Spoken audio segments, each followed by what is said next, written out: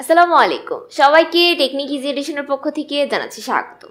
যারা এখনো আমাদের এই চ্যানেলটি সাবস্ক্রাইব করনি দ্রুত সাবস্ক্রাইব করে চলে আসো। আজ আমি তোমাদের সাথে আলোচনা করব ডিজিটাল প্রযুক্তি। আজ আমি তোমাদের সাথে সেশন নাম্বার 5 তথ্যর প্রক্রিয়াকরণ এবং তথ্য কিভাবে পেয়েছিলাম তা শ্রেণীকরণ করব। তো চলো চলে যাই আমাদের শ্রেণীকরণে। তো আমাদের সেশনের 5 নম্বরে বলা হয়েছে যে আগের সেশন থেকে প্রাপ্ত তথ্যের শ্রেণীকরণ। আমরা ইতিমধ্যে তথ্য আদান প্রদানের ঝুঁকির ওপর দুটি কাজ করে ফেলেছি। আমরা একটি জরিপ পরিচালনা করেছিলাম এবং এই জরিপের মাধ্যমে আমরা কি করেছিলাম বলতো, যারা তথ্য যোগাযোগ প্রযুক্তি বিষয়ক অভিজ্ঞ ব্যক্তি ছিল তাদের থেকে আমরা মতামত গ্রহণ করেছিলাম যে যদি কোনো একটা প্রাপ্ত তথ্যের কোনো ঝুঁকি হয় আদান প্রদান করার ক্ষেত্রে, তখন আমরা তাদের কাছ থেকে বিভিন্ন ধরনের মতামত নিয়েছিলাম যে আমাদের কি কি করণীয়। 3টি প্রশ্ন ছিল, আশা করি তোমাদের মনে আছে। এর মাধ্যমে আমাদের অনেকগুলো ঝুঁকি শনাক্ত হয়ে গেছে। এবার প্রাপ্ত ঝুঁকিগুলো আমরা একটি তালিকা তৈরি করব।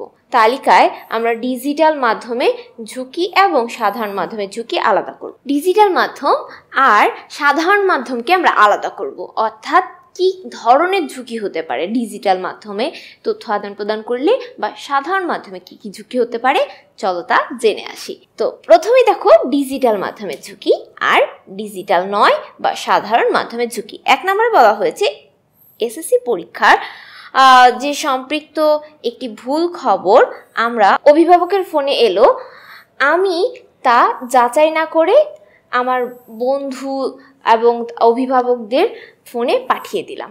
অর্থাৎ এই রকম ডিজিটাল মাধ্যমে ঝুঁকি হতে পারে।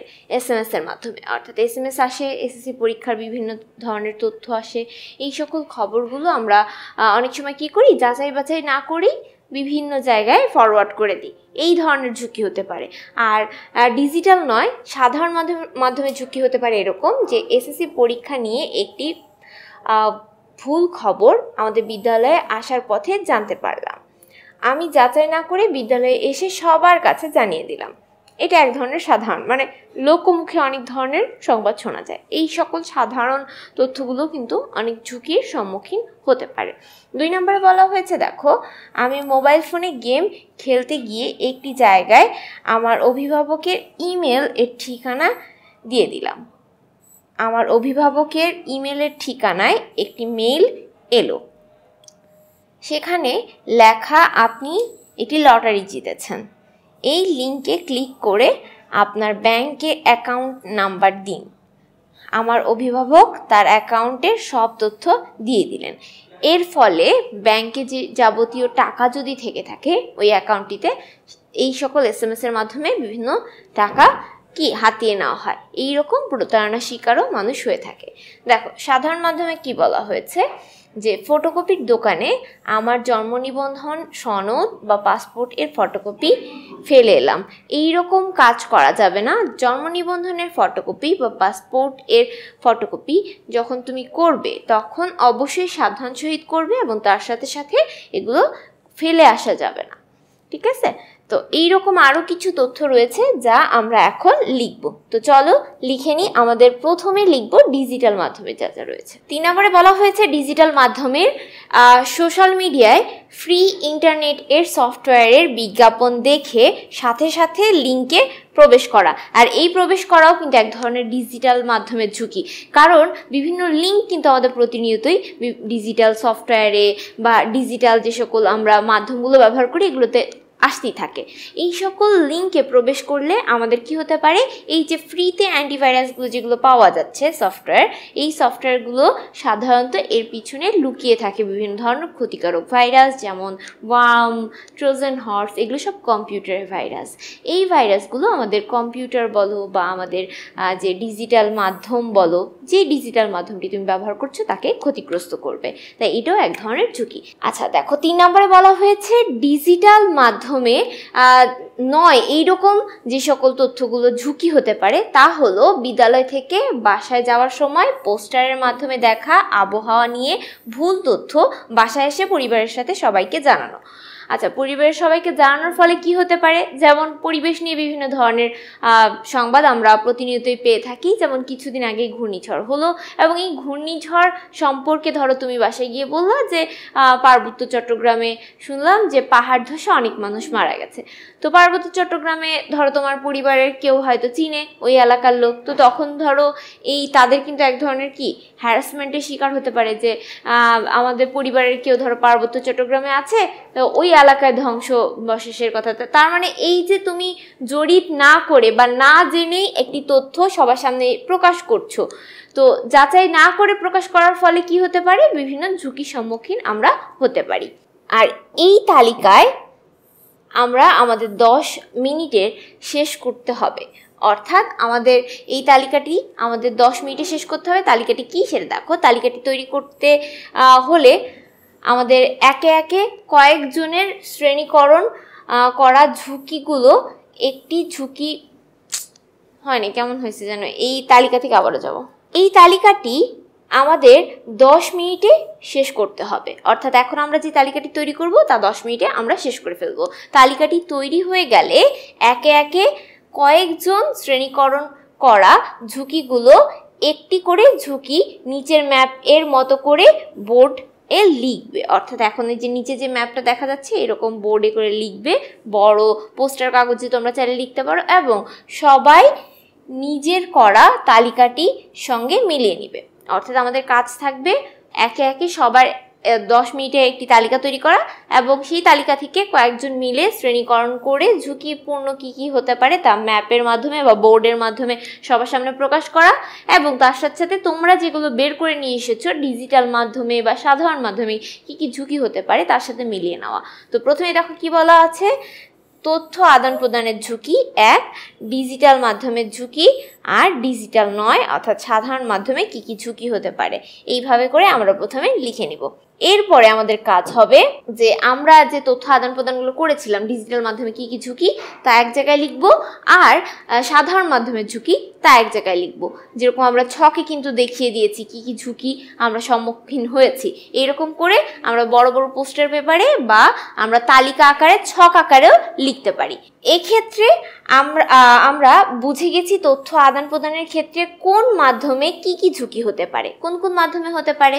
যেটা আমরা বললাম যে সোশ্যাল মিডিয়ার মাধ্যমে হতে পারে, SMS এর মাধ্যমে হতে পারে, অথবা মোবাইল ফোন করেও অনেক সময় তোমরা লক্ষ্য করে দেখবে যে তোমাদের অনেকের ফোনে বিকাশ থেকে ফোন নাম্বারে ফোন করে, যে বলে যে আপনার পিন কোডটা দেন, আপনার যে বিকাশ অ্যাকাউন্টে কিছু প্রবলেম হওয়ার কারণে আপনাদের বিকাশ অ্যাকাউন্টটা বন্ধ করে দেওয়া হচ্ছে, এর জন্য আপনার পিন অ্যাকাউন্টটি দিতে হবে, তাহলে আমরা সকল সমস্যার সমাধান করে দেবো। এইভাবে কিন্তু খুব সুন্দর ভদ্রভাবে একজন লোক কথা বলে, এবং এর মাধ্যমে যারা বুঝতে পারে না তারা কি করে, তাদের নিজস্ব পিনকোড দিয়ে দেয়। আর পিনকোড দিয়ে দিলে কি হবে, সে ইচ্ছা মতো সে অ্যাকাউন্টে যদি টাকা থাকে তাহলে ইচ্ছা মতো সে কী করতে পারবে, টাকা উত্তোলন করতে পারবে। আর এই সকল সমস্যার কারণে আমাদের ঝুঁকির সম্মুখীন হতে হয়। আশা করি তোমরা ডিজিটাল মাধ্যমে কি এটা তোমরা খুব সহজে বুঝতে পেরেছো।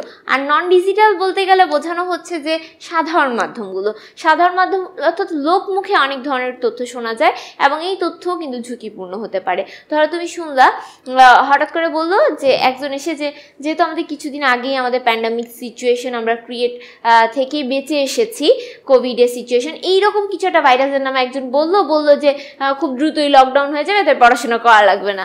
এখন তোমরা মনে মনে ভাবতেছে হ্যাঁ তাহলে আমরা পড়াশোনা বন্ধ করে দিই, পরীক্ষা তো হবে না, এরকম আবারও আসতেছে। হ্যাঁ, তো এর ফলে তুমি কি হচ্ছ, তুমি যাচাই না করে তার কথা বিশ্বাস করে নিলে, আর তুমি পড়াশোনা বন্ধ করে দিলে, কিন্তু তোমার সকল বন্ধু বান্ধব সবাই পড়াশোনা করছে, এর ফলে তোমার ক্ষতি হচ্ছে। তার মানে তুমি যখন পরীক্ষা চলে আসছে তুমি দেখছো কি ব্যাপার স্কুল বন্ধ হয় না, তার মানে কি তুমি ভুল খবর পেয়েছিলে।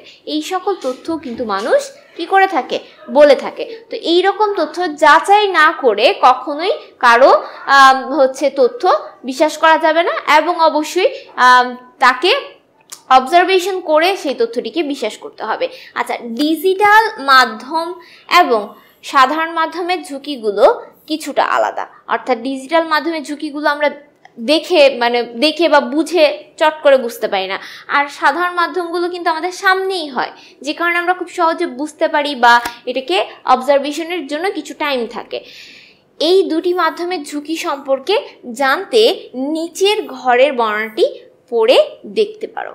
অর্থাৎ আমরা নিচের ঘরের ছকটি পড়বো এবং এই ছকের মাধ্যমে জানবো যে সাধারণ মাধ্যমের ঝুঁকি বনাম ডিজিটাল মাধ্যমের ঝুঁকি, অর্থাৎ কোনটা কী রকম ঝুঁকি হতে পারে। তো চলো জেনে আসি। এই ছকটির মাধ্যমে তথ্য আদান প্রদানের জন্য আমাদের বিভিন্ন মাধ্যম ব্যবহার করা হয়, অর্থাৎ আমরা বিভিন্ন ধরনের মাধ্যম ব্যবহার করে থাকি। আমরা সবচেয়ে বেশি ব্যবহার করি আমাদের মুখের ভাষা বা ইশারা। যেমন এখন আমি তোমাদের সাথে কিসে কথা বলছি? মুখের ভাষায় কথা বলছি। এছাড়াও সংকেত, লিখিত বাক্য বা চিঠির মাধ্যমেও কি করে থাকি? আমরা তথ্য আদান প্রদান করে থাকি। অর্থাৎ এই যে আমার নিজস্ব যে জিনিসগুলো আমরা জানি বা আমি কাউকে শেয়ার করতে চাই, সেই ক্ষেত্রে সেটা আমরা বিভিন্ন মাধ্যমে, মুখের ভাষার মাধ্যমে, ইশারায়, ইঙ্গিতে বা লিখিত বক্তব্যে বা চিঠির মাধ্যমে ইত্যাদি বিভিন্ন মাধ্যমে আমরা তথ্য আদান প্রদান করে থাকি। কিন্তু প্রযুক্তি আবিষ্কারের ফলে আমরা টেলিফোন, ইন্টারনেট, ওয়্যারলেস প্রযুক্তির মাধ্যমে কম সময়ে অনেক বেশি তথ্য আদান প্রদান করি। যেমন এখন আমি ডিজিটাল প্রযুক্তির মাধ্যমে একটি ক্যামেরার দ্বারা তোমাদের সাথে কি করছি? কন্ট্যাক্ট করছি এবং তথ্য আদান প্রদান করছি। এতে আমরা দ্রুত তথ্য পৌঁছাতে পারলেও এর মাধ্যমগুলোতে ঝুঁকির পরিমাণ বেশি। অর্থাৎ এই যে ডিজিটাল মাধ্যমে তথ্যের পরিমাণ সাধারণ মাধ্যমের তুলনায় বেশি, কারণ ডিজিটাল মাধ্যমে আমাদের বিভিন্ন প্রতারণার শিকার হতে হয়। কাজেই কেউ যদি ভালো উদ্দেশ্যে এটি ব্যবহার করে থাকে, তাহলে খুব কম সময়ে অনেক বেশি মানুষ উপকার করা সম্ভব। অর্থাৎ খুব কম সময়, যেমন ধরো আমরা এখন ঠিক এই ভিডিওটা করার পরে খুব কম সময় যখন আপলোড করব, তখন কিন্তু পুরো বাংলাদেশের বা বাংলাদেশের বাহিরের যত মানুষ রয়েছে সবাই কিন্তু এটা দেখতে পাবে। তার মানে কি, কম সময়ে অনেক মানুষ উপকৃত হচ্ছে। আর সাধারণ মাধ্যমে কিন্তু এটা কিন্তু কখনোই পসিবল ছিল না।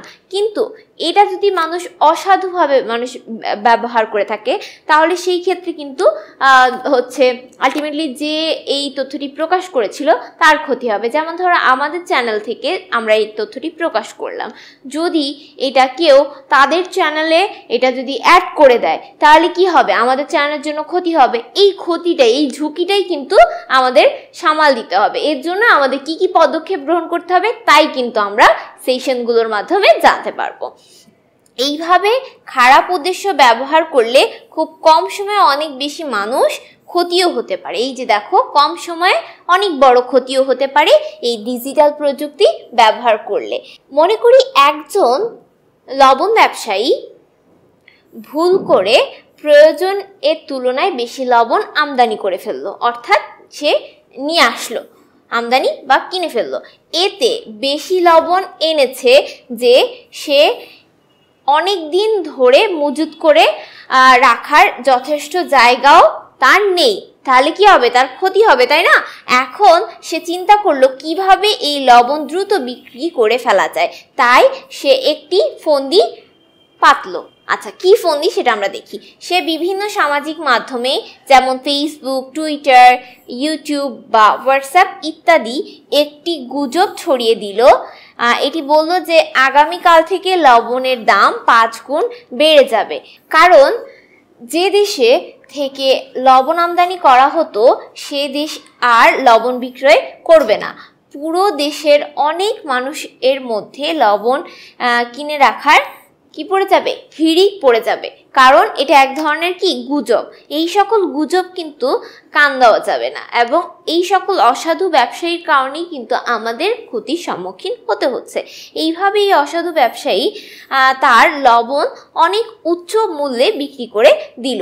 আমরা একবার ভেবে দেখেছি, যদি এটি ইন্টারনেটের সেবা বা প্রযুক্তি না থাকতো, তাহলে ওই অসাধু ব্যবসায়ী কি এত দ্রুত মানুষকে ঠকাতে পারতো? কখনোই না। তার জন্য আমাদের অবশ্যই সকল তথ্য কি করতে হবে? যাচাই করে সেটাকে মূল্যায়ন করতে হবে।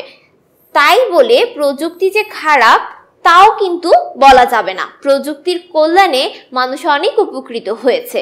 যেমন এখন তোমরা প্রযুক্তির মাধ্যমে ঘরে বসেই পড়াশোনা করছো, আর এই ঘরে বসে পড়াশোনার করাকেই বলা হয় ই লার্নিং। আর এই প্রযুক্তির কল্যাণে আমরা অনেক আধুনিক জীবন যাপন করতে পারছি। যেমন আমাদের ঘরে বসে পড়াশোনার পাশাপাশি ঘরে বসেই কিন্তু আমরা বিদ্যুৎ বিল, পানির বিল, এই সকল বিভিন্ন সার্ভিস কিন্তু সরকারি সেবা ঘরে বসেই পাচ্ছি। আগে টাকা লেনদেন করার জন্য নিজেকে যাতায়াত করতে হতো, এখন বর্তমানে আমরা বিকাশ, রকেট আরও বিভিন্ন সফটওয়্যারের মাধ্যমে কি করতে পারছি, অ্যাপসগুলোর মাধ্যমে আমরা এক প্রান্ত থেকে আরেক প্রান্তে 1 মিনিটে 50,000 টাকা পাঠাতে পারছি। অর্থাৎ 1 মিনিটে 50,000 টাকা, তার মানে চিন্তা করো সারাদিনে কত টাকা লেনদেন করা হয়। তো এইরকমভাবেও কিন্তু আমরা উপকৃত হচ্ছি। যুগে যুগে অনেক ভালো মানুষ, অনেক ভালো বিজ্ঞানী, ভালো আবিষ্কারক এখানে অবদান রেখেছে।